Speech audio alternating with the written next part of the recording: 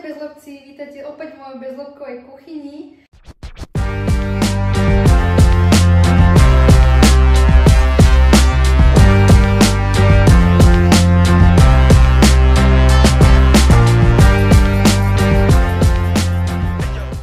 A ako to vidíte, tak to mám vybavené už vitamíny, aby som vám teda ukázala, čo za deň zjem cca ja, aké vitamíny užívam, povieme si, aké vitamíny odporúčam úplne každému, aj neceliatikovi a prečo.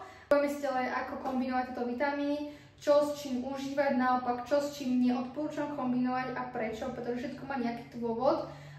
A častokrát aj to je vlastne dôvod, prečo vám nemusí zaberať vitamíny, pretože ich kombinujete úplne správne a tým pádom sa vám nemusia strebávať. Poďme na to, my si to zosumarizujeme. Ja vám to ukážem, ako to denne jem ja, čiže od rána až do večera, že ako vyzerá ten môj cca deň. Každému si povieme niečo, čo je to zač, prečo to odporúčam, prečo to užívam ja a tak ďalej. Ešte predtým, než dostaneme k samotným suplementom, tak chcem povedať, že výživa je úplný základ. Klasická nespracovaná strava je úplný základ všetkého a suplementy nie sú jej náhradou. Čiže vlastne snažte sa čo najviac výživy čerpať do stravy a nehľadať v suplementoch nejakú barličku, ktorá vám bude pomáhať, ale naozaj snažte sa prosieť tú stravu kvalitnú a čo najviac výživy čerpať odtiaľ a suplementy sú len nejakým doplnkom nejakých deficitov. Branie vitamínov je veľmi, veľmi individuálne. Často sa ma ľudia pýtajú, že aké suplementy odporúčam a komu. Ja vždy hovorím najprv, že ak neviete, aký máte deficit alebo aké vitamíny vám chýbajú, tak choďte na krvné testy k lekárovi. Ten vám zoberie krv a tam presne zistíte, čo vám v tele chýba a čo musíte suplementovať, čo je úplný základ. Ale sú tam veci, ktoré odporúčam úplne každému suplementovať. Bohužiaľ, moje črevo sa nezregenerovalo na 100%, takže stále mám miesta v tenkom čreve, ktoré sú vyhladené a bez klkov, takže vlastne moje telo nestrebáva všetko zo stravy. Takže veľa z toho musím aj suplementovať, aby som to proste nejakým spôsobom doplnila. Takže to je dôvod, prečo mám toho toľko. A častokrát počujem aj vetu, že ale ty si taká mladá a bereš toľko vitamínov, toľko práškov. No áno, beriem, pretože proste môj zdravotný stav z toho bohužiaľ vyžaduje, hej. Takže je rozdiel byť celiatik a celiatik. Niekto môže byť úplne v pohode, nemá žiadne deficity a niekto proste je na tom zdravotne horšie, takže je to úplne v poriadku. No a teraz čím začneme? Tak ráno vždycky užívam Solpameto, to je vlastne takáto vecička. Kto nepozná tú bylinku, tak je to vlastne bylinka, ktorá v prvom rade bola určená pre mužov na prostatu, na liečenie prostaty, problém s močením nočným, proste na tieto mužské záležitosti. Ale potom sa zistilo, že má aj antiandrogénne účinky a podporí rast vlasov. O vlasoch bude samostatné video inokedy, pretože to je na ďalšie video, ak nie 2 alebo 3 videá, takže spojíme samostatne. Ale vždy to užívam ráno, pretože ráno vždy pijem zelený čaj a keď skombinujete zelený čaj a Solpameto, tak proste tam žiaľúce účinky a lepšie to strebáva a je tam vlastne byť s tým synergia, takže preto sa to odporúča aj, že vlastne kombinácia zelený čaj a Solpameto. A užívam teda 160 mg, ale 2 tabletky denne kvôli tým účinkom na vlasy. Ale moja druhá tabletka je D3 plus K2, pretože ako mnohí viete, tak mám slabé kosti a nie je to ešte osteoporóza, ale mám ich hrejšie než moja veková kategória, takže ja musím si dbať na dostatočný príjem D vitamínu, na správny príjem vápniku zo stravy, na šport, celkovo na tie kosti, takže ale D a K2 odporúčam 100% každému celiatikovi. Choďte si spraviť testy krvné, či nemáte deficity, lebo toto je práve vitamín D3, ktorý je často deficitný a ľudia majú často nedostatok, nielen celiatici, ale všeobecne slovenská populácia, cca naše krajiny, ktoré sú v Európe, pretože nemáme toho slnka až tak moc a už keď ho to slnko máme v lete, tak väčšinou sme zavretí v práci alebo proste máme na sebe SPF-ka alebo proste nie je toho slnka dosť, že Dčko veľa z nás má deficity doplňovať. Ďalšia vec, kvalitné omegáče, omega-3, prečo nemám omega-3, 6, 9? Pretože v našej strave je už veľmi veľa omega-6, či už olivový olej, alebo slnečnicové semienka, rôzne iné orechy. Tých 6 máme v strave dosť, aj tých 9, ale väčšinou sú deficitné práve trojky. Počula som niekde, že na to, aby ste prijali dostatočné množstvo omega-3, tak by ste mali zjesť minimálne 3 ryby tučné za týždeň a neviem všetko možné. Nie je to reálne, hej, nie je to reálne, že proste veľa z nás má deficit omega-3 a omega-3 sú veľmi dôležité na rôzne procesy v tele, nielen na pleť, ak sa mastí, na vlasy, na kognitívne funkcie, na rôzne iné funkcie, proste omega-3 a tie berete ráno, ale potom sa dám aj večer, čiže 2 tablety denne beriem. Ďalší ranný suplement je pumpkin seed oil. Prečo ho beriem? Je to vlastne olej z tekvicových semienok, ďalšia vec na vlasy, pretože sa tiež zistilo, že má antiandrogenné účinky, čiže podporuje rast vlasov a užívam ho teda v koncentrácii 1000 mg.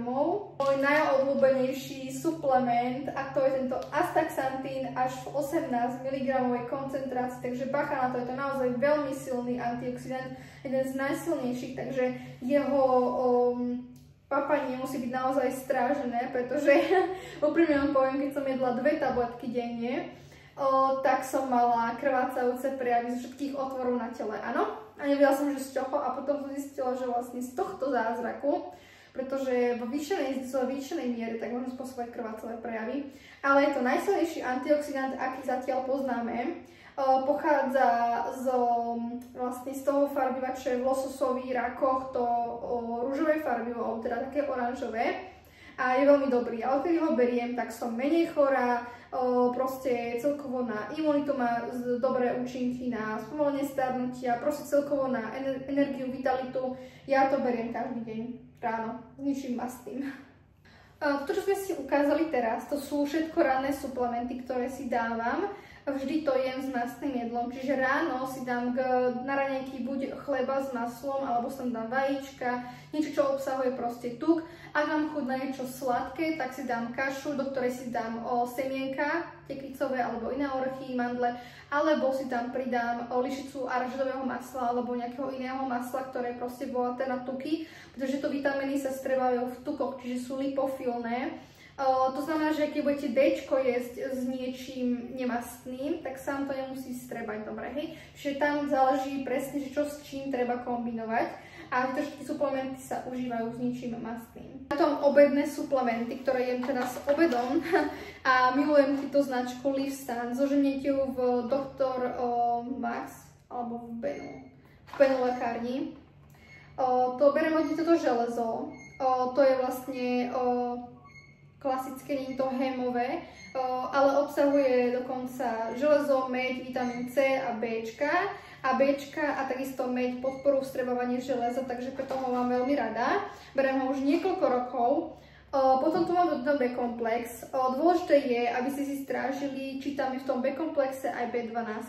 Hlavne tí pacienti, ktorí sú deficitní pri celiakii na B12, pretože aj B12 môže spôsobovať anémiu. To viete, tak ja mám anémiu už niekoľko rokov, beriem denne suplementy, snažím sa jesť proste hémové železo, každý deň skoro mám nejaké mäso, či už 100 gramov šunky, kvalitné, alebo nejaké mäso, alebo nejakým iným štýlom, ale proste stále to železo nejakým spôsobom u mňa stráca, takže u mňa sú nevyhnuté bohužiaľ aj suplementy.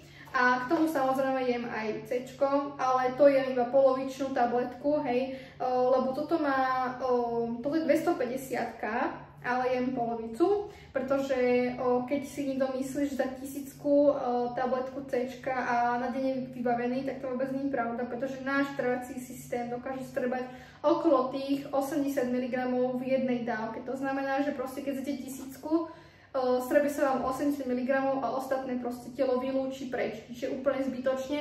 Radšej si rozdielte takúto 250 na 3 časti, hej, ráno polovicu, na obed polovicu, večer polovicu a tak je to pre telo oveľa viac lepšie strebateľné. Ukázala by som vám aj Globifair, ktorý roky už odporúčam tiež, je to vlastne hémové železo.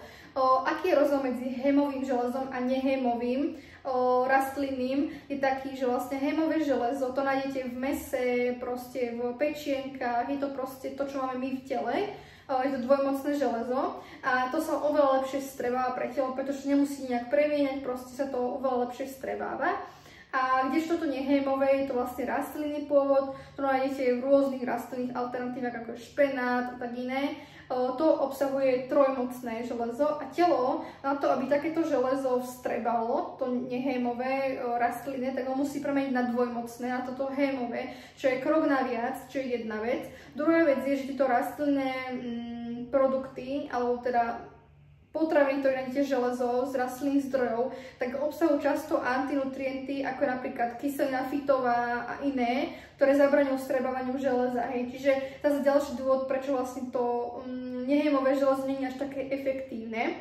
Takže odporúčam vždy radšej to hémové. Ak máte naozaj nejaké deficity, tak vždy Globifer. Je síce drahší, ale proste účinnejší.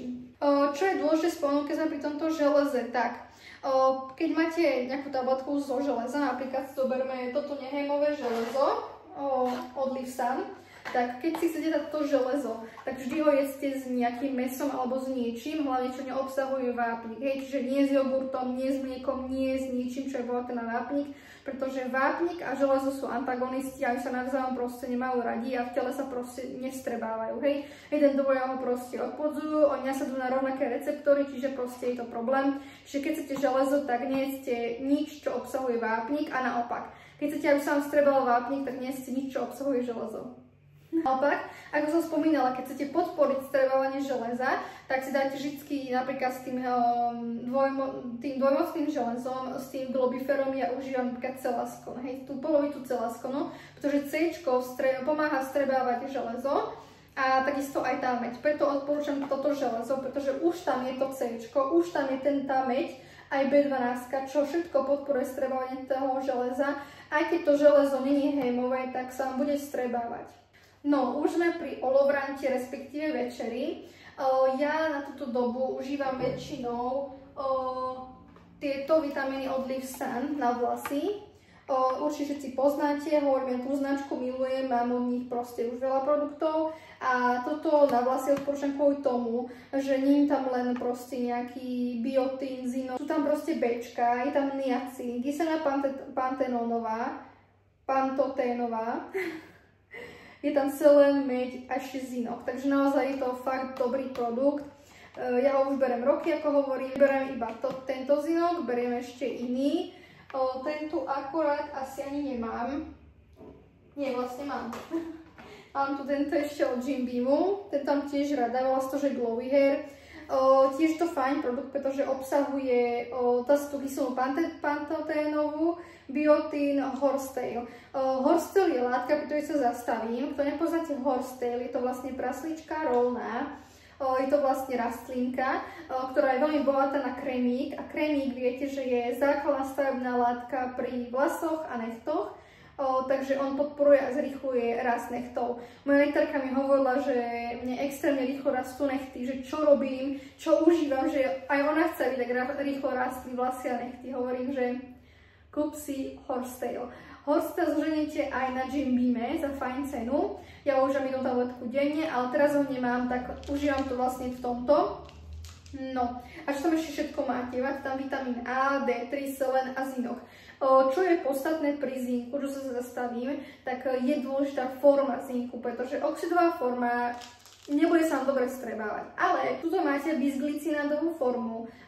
Zinok bisglicinát je lepšia forma vstrebávania do tela, takže odporúčam proste túto formu si zvoliť, keď chcete naozaj, aby sa ten zinok vstrebal. Pretože pre to telo je to proste inak zbytočné kvázi. Fakt, že malé množstvo strebe, keď je to oxidová forma a veľa sa z toho proste z tela vylúči a zbytočne ste minuli peniaze a krmili sa niečím, čo vlastne v podstate nemá až taký účinok.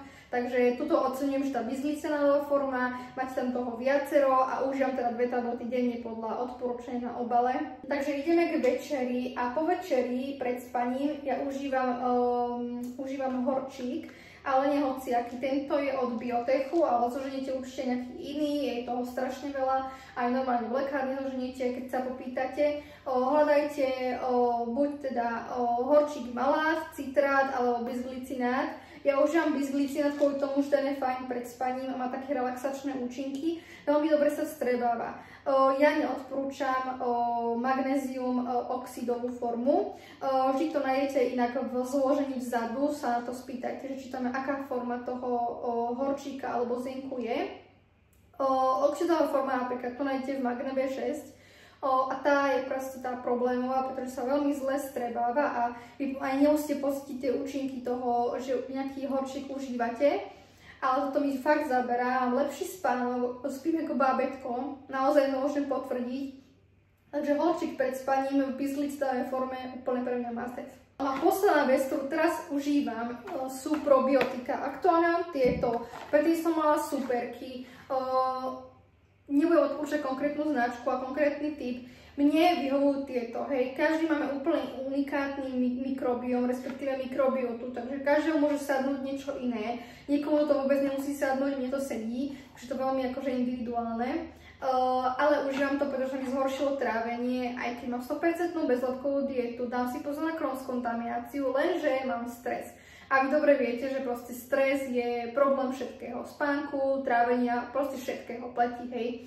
Takže proste budem si musieť pomôcť nejakým spôsobom aj probiotikami, ale čo je základ? Snažte sa jesť probiotika a prebiotika zo stravy. Probiotika napríklad nájdete v kyslej kapusti, zavaraných úhorkách, proste v jogurtoch, obohatených o bifidobaktérie. Milión zdrojov, toho naozaj veľa. To je zase len nejaká pomôcka na určitý čas. Určite nejem probiotika, že non-stop pol roka. Určite nie. Mám to napríklad pred dovolenkou alebo v nejakom takomto stresujúcom období, ktoré mi zhorší to trávenie. A k tým prebiotikám. Prebiotika si tiež viete kúpiť, ale myslím, že to vôbec nie je akože potrebné, pretože prebiotika máte aj v strave. To je napríklad rozpustná vláknina, tam patria ovsené bezlepkové vločky, banán, rôzne ovocie, vláknina, inulín a tak ďalej. To je všetko prebiotikum. A prebiotika sú vlastne potrava pre tie probiotika, pre baktérie. Takže prebiotika proste by ste mali v rámci svojho dňa jesť, aby tie baktérie vlastne mali čo natráviť, čo skonzumovať, aby tam proste vo vašich črievkách prežili. Z tohto videa to bude všetko. Vy mi schválne napíšte do komentárov, že čo je váš obľúbený suplement, alebo čo naopak vy odporúčate, s čím ste spokojní, čo by som mohla vyskúšať. A vidíme si pri nejakom ďalšom videu. Nezabudnite mi hodiť odber, like alebo poslať nejaké svojej kamarátke, aby sa inšpirovala. A čau sa majte. Ahojte.